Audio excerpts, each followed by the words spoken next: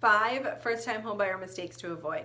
Hi, I'm Samantha Pearlman with the Pearlman Property Group, and I work with a lot of first-time homebuyers, and it just pains me to see the same mistakes made over and over and over again. So my goal for you is to avoid those same mistakes in the future, whether you're a first-time homebuyer or any homebuyer for that matter. Number 1, knowing what you can afford. Just because you can afford a monthly mortgage payment does not necessarily mean you can afford a home.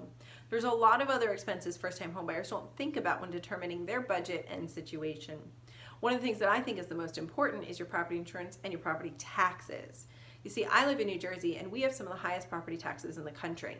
In my area alone, property taxes can add an average of about $500 to $1,000 or more to my buyer's bottom line on a monthly basis. So it's extremely important to understand what the property taxes are like in the area you want to shop in.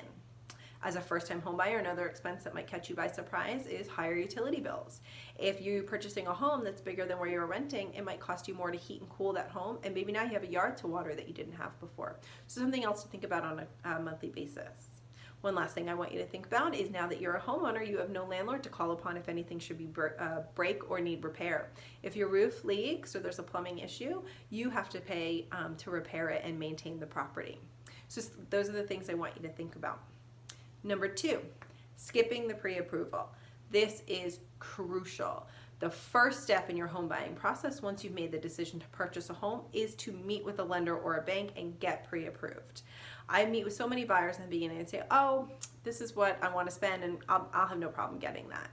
But let me give you a situation. Let's say we go out, you don't get pre-approved, and you fall in love. You find the perfect dream home. It has everything you're looking for. We go back, you meet with my lender, only to find out you can't afford it. Now, every other house you look at is just not going to live up to those standards, and we don't want that. On the flip side, maybe we go out and we start looking, and you're just discouraged after discouraged because everything we're finding just isn't working for you. Well, little did we know that you can actually afford a little bit more, and the perfect home for you is out there. We're just not looking in the right budget. So we want to find that sweet spot right in the middle with your budget and with what you're looking for. It's going to help the process go a lot faster and smoother. The other thing I want you to think about with your pre-approval is once you find the home and you want to make the offer on it, you have to have the pre-approval ready. No seller is going to entertain any offer from a buyer without a valid pre-approval. So the sooner you get that done and ready and out of the way, the sooner you can go out shopping for a home and making offers. Number 3, this is going to be a little controversial, but as a first-time home buyer, you really just can't be too picky. You have to be willing to compromise. A lot of first-time homebuyers are working with limited funds, so you have to think about what your budget is and what's really available out there in the marketplace. Develop a needs versus a wants list and really think about those things as you're going out there and you're shopping for homes. Start with your needs first.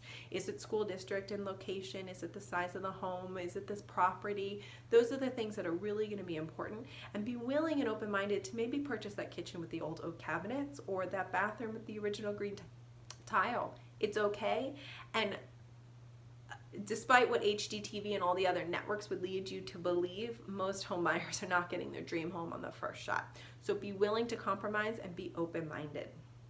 Number 4, foregoing professional help. Did you know as a buyer, hiring a realtor to represent you in the process doesn't cost you anything?